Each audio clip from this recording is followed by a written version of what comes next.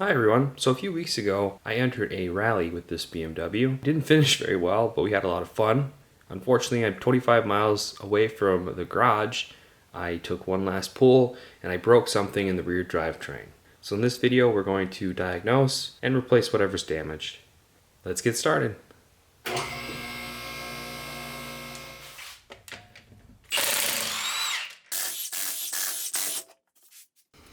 At least from this angle, I don't see anything wrong. Let's check underneath.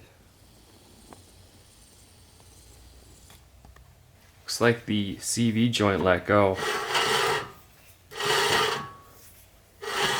That's exactly what happened. Now this normally wouldn't be such a tough job, but because this car is lowered and that sway bar is so ginormous, it might be very difficult to get the axle out of this thing. Let's first try getting the axle nut off.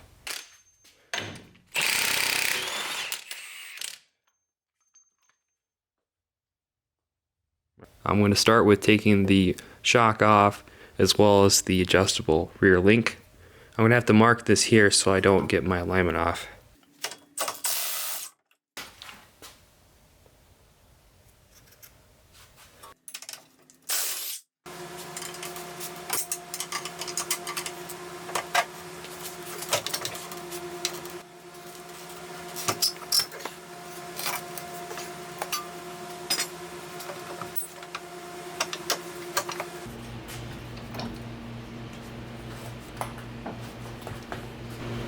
So I took the spring out just to give me a little more wiggle room. The carrier is a lot more loose.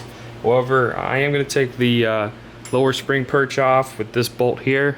That'll give me plenty of room to pull this back, and then I can pull what's left of the axle out.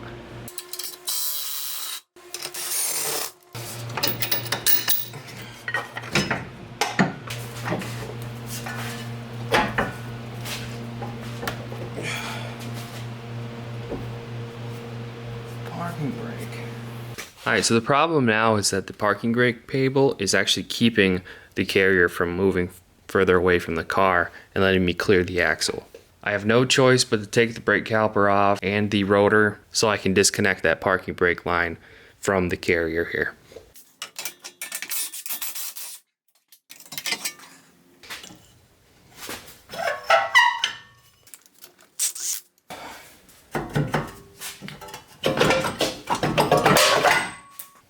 Great, looks like a spring has already come loose. Fantastic.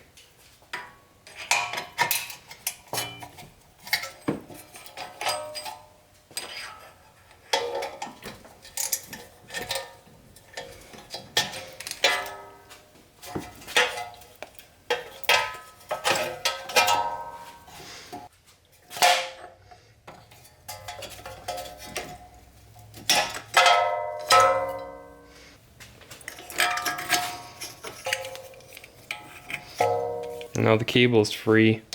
Should be able to just yank it from the back side.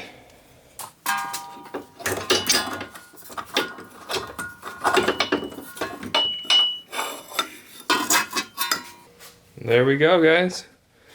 Got our broken axle out. That thing looks beat up. I'm now going to use my long extension with a E12 bit to slowly go and pull all of these off.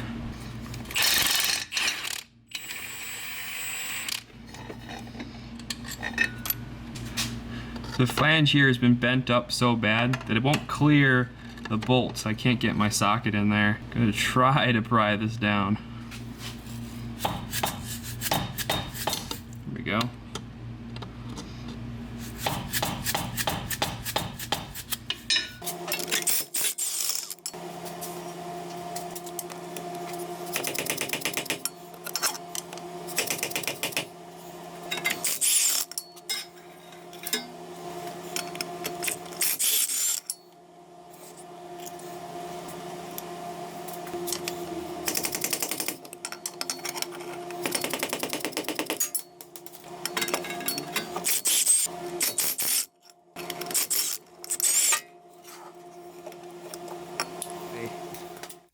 Well, we have our rear axle next to the new one.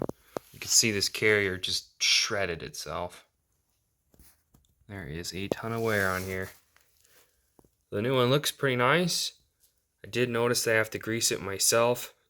That's not fun, but at least it came with some new bolts.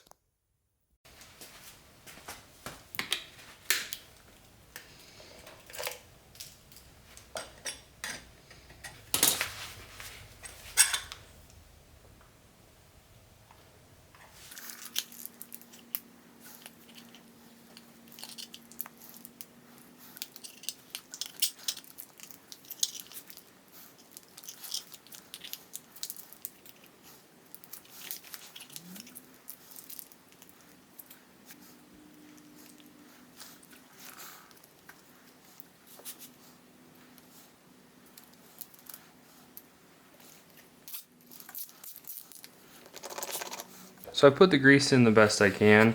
I put some zip ties back on it so it's not just flopping around leaking grease all over. And I'm going to articulate the joint the best I can just to get that grease inside and touching all those bearings.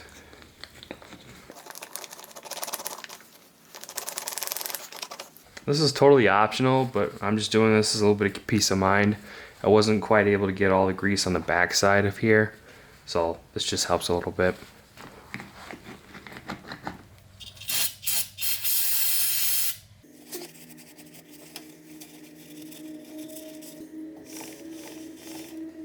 I'm going to start feeding the new axle in. I have the new hardware and I cleaned up the little washer carriers.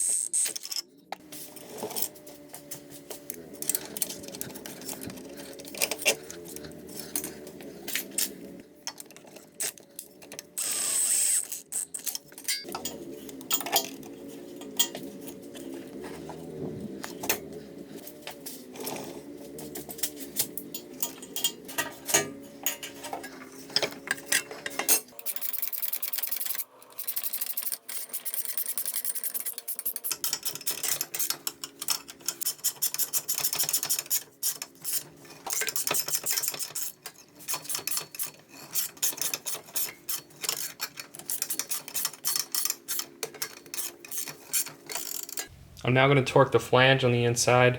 My research shows 48 foot-pounds. I'd recommend you getting a second opinion.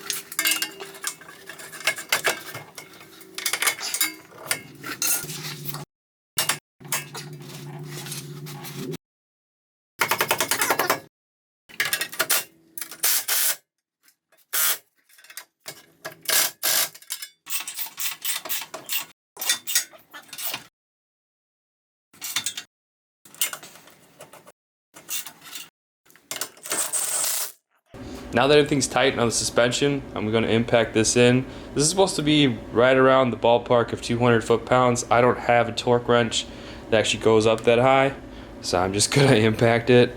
I would advise doing that with a torque wrench though.